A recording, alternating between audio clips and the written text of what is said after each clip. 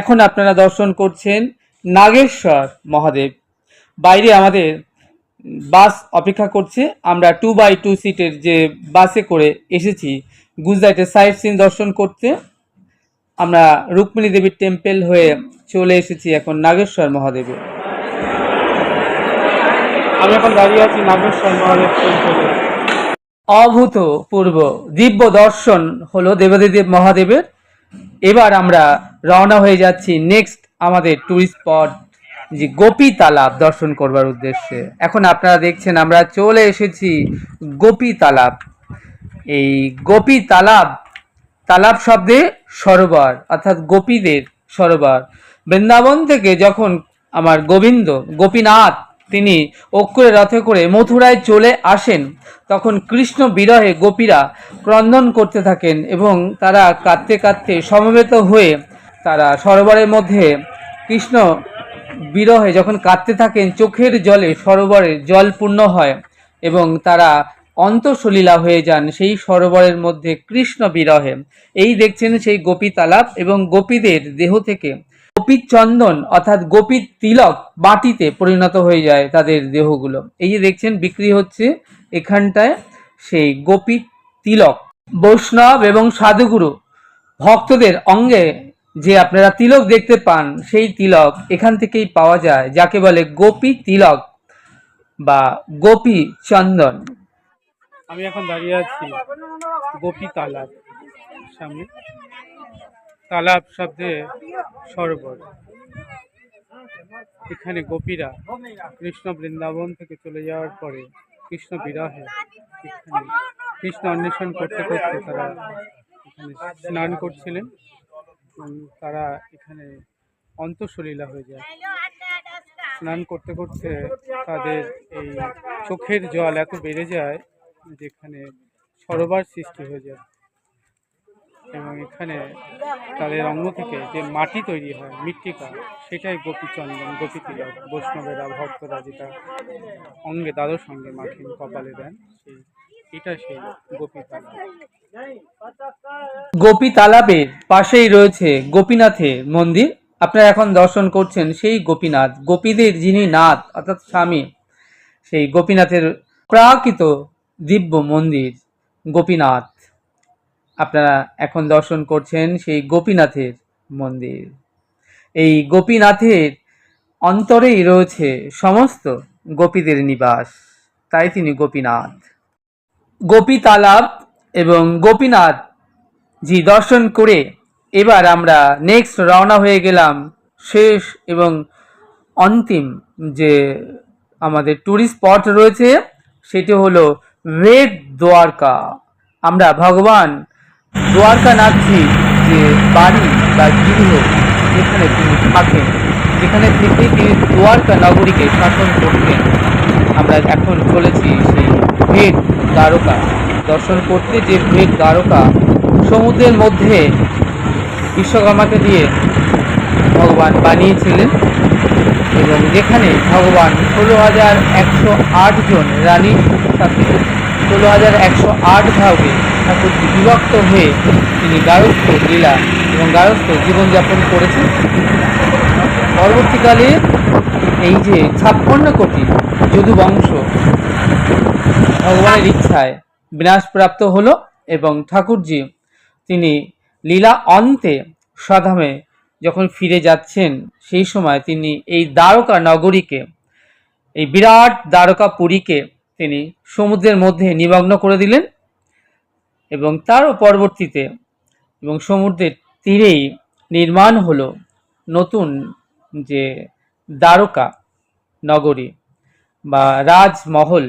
আমরা এখন চলেছি বেট দ্বারকা দর্শন করবার উদ্দেশ্যে, যেখানে এসেছিলেন কৃষ্ণ সখা সুদামাজি 3 মুষ্টি ক্ষুদান্ন নিয়ে ভেট করতে গোবিন্দকে।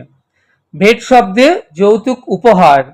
এই উপহার এনেছিলেন সুদামাজি ভেট দিতে তার পরমপ্রিয় মিত্র বন্ধু কৃষ্ণর সঙ্গে দেখা করবার উদ্দেশ্যে যে ভেট দ্বারকায় এসেছিলেন, এটি সেই ভেট দ্বারকা। এখন আমরা চলেছি এই সুদর্শন যে নতুন ব্রিজ হয়েছে, এই ব্রিজের উপর দিয়ে ভেট দ্বারকায় আপনারা দেখছেন। যেতে যেতে আপনাদের দেখাচ্ছি যে সমুদ্রের উপরে যে সুদামা ব্রিজ তৈরি হয়েছে, এটা নবনির্মিত ব্রিজ। এর আগে আমি আরও দুবার এসেছি এই ভেট দ্বারকায়, এবং তখন সমুদ্রে বড় বড় যে নৌকা ছিল, যে নৌকায় 150-200 মানুষ যেতে পারতো, সেই নৌকায় করে যেতে হতো ভেট দ্বারকা। সে পথ এখন বন্ধ, কারণ এখন নতুনভাবে নবনির্মিত হয়েছে সুদর্শন যে ব্রিজ। এই ব্রিজে করে আমরা চলেছি ভগবান দ্বারকাধীশের যে বাড়ি বা গৃহ বা রাজমহল, যে ভেট দ্বারকায় দর্শন করবার উদ্দেশ্যে। চলুন তাহলে যাওয়া যাক ভেট দ্বারকা। আপনারা দর্শন করছেন এখন ভেট দ্বারকা সি বিচ। আমরা ভেট দ্বারকার সমুদ্রের কিনারে চলে এসেছি, দর্শন করছি এখানের এই অপূর্ব সুন্দর ভিউ। দেখুন এই সাগরে কত বোট, এবং এখানে অধিকাংশ মানুষ যাদের জীবিকা রুজি রোজগার হলো এই মৎস্য শিকার। কিন্তু দ্বারকা নগরী যা নিবাসী, এরা কিন্তু শাকাহারী, কারণ এরা এই মৎস্য তারা আহার করেন না, এগুলো বাইরে চলে যায়। আমরা এখন সেই সি বিচে রয়েছি এবং এই সমুদ্র যে অপ্রাকৃত দৃশ্য দর্শন করছি। এই বোটে করে তারা এখানে মৎস্য শিকার করে থাকেন। এরপর আমরা প্রবেশ করব ভেট দ্বারকা যে মহল, সেখানে যেখানে কৃষ্ণ প্রিয় বন্ধু জাতিতে বিপ্র ব্রাহ্মণ সুদামা যে এসেছিলেন 3 মুষ্টি ক্ষুধান্ন নিয়ে ভেট দিতে, তার প্রাণপ্রিয় বন্ধু কৃষ্ণের সাথে দেখা করতে। আমরা একটু বাদেই এখান থেকে যাব সেই ভেট দ্বারকায়। এখন আপনারা দর্শন করছেন ভেট দ্বারকা। চলে এসেছি ভেট দ্বারকা, সমুদ্রের একদম কিনারে। এখানে প্রচুর জেলেরা যারা মাছ ধরে প্রত্যেক দিন, লক্ষ লক্ষ টন, দেখছেন হাজার হাজার বোট, তারা জাল গোছাচ্ছে। আপনারা দেখছেন ভেট দ্বারকা।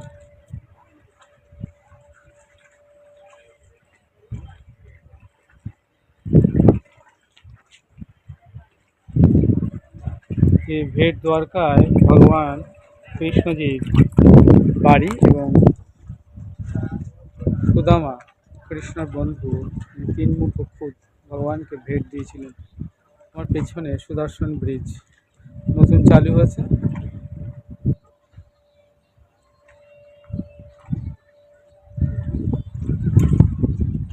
আমি এখন দাঁড়িয়ে আছি ভেট দ্বারকায়,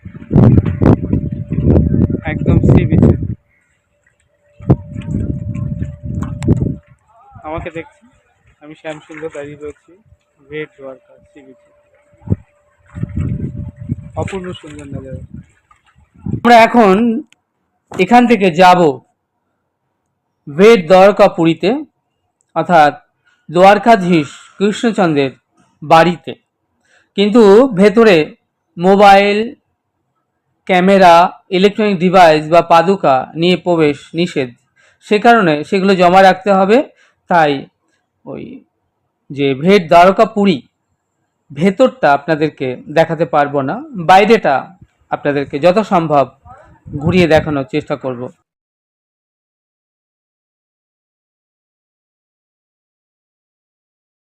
द्वारकाधीश मंदिर में स्वागत है। मंदिर के अंदर मोबाइल, कैमरा, अन्य इलेक्ट्रिक आइटम और सामान ले जाना আমরা এখন চলে এসেছি ভেট দ্বারকায়, দ্বারকাধীশ ভগবান শ্রী কৃষ্ণচন্দ্রের বাড়িতে, অর্থাৎ তার নিজের মহলে, যেখানে তিনি থাকেন। আর এটা দেখছেন হাজার হাজার ভক্তদের ঢল ভেতরে দ্বারকাধীশ মন্দির এবং দর্শন করবার জন্য। আর বাদিকে ফ্রি প্রসাদম হল, প্রত্যেক দিন সকাল 11টা থেকে 1:30টা পর্যন্ত এখানে ভক্তদের বসিয়ে ফ্রি প্রসাদ সেবা করানো হয়। ভেতরে mobile, camera, device, electronics goods নিয়ে অ্যালাউ নেই, তাই ভেতরটা দেখাতে পাচ্ছি না। বাইরের চত্বরটা আপনাদেরকে ঘুরিয়ে দেখাচ্ছি। ভেট দ্বারকার যে ভেতরে বিরাট মহল রয়েছে, যেখানে ভগবান কৃষ্ণচন্দ্র বসবার জায়গা, ডাইনিং হল, তার শোবার ঘর এবং অনেকগুলো প্রকোষ্ঠ এবং মন্দির আমরা 1 ঘন্টা ঘুরে দেখলাম। বেশ ভালো লাগলো। দেখতে দেখতে 6টা বেজে গেছে। এবার আমাদের ফিরবার পালা। আমাদের গাড়ি সুদর্শন পার্কে দাঁড়িয়ে রয়েছে। আমরা গিয়ে আমাদের গাড়িতে নির্দিষ্ট সিটে বসলাম। এবার আমাদের ফিরে যাবার পালা ভেট দ্বারকা টু দ্বারকা উদ্দেশ্যে। আজ এটুকুই। আপনারা আমাদের সঙ্গে জুড়ে থাকুন আর ঘরে বসেই দেখতে থাকুন দ্বারকা ভেট দ্বারকা ট্যুরের এই ছোট্ট সুন্দর সুন্দর ভিডিওগুলো। আশা করবো আপনাদের বেশ ভালো লাগবে। চ্যানেলটি সাবস্ক্রাইব করবেন। আপনারা ভালো থাকবেন, সুস্থ থাকবেন, আনন্দে থাকবেন। তাহলে দেখা হচ্ছে আগামীতে আরও একটি নতুন সুন্দর ভিডিওর সাথে। সেই অবধি আমার সঙ্গে ফ্রেন্ডস বলুন রাধে রাধে।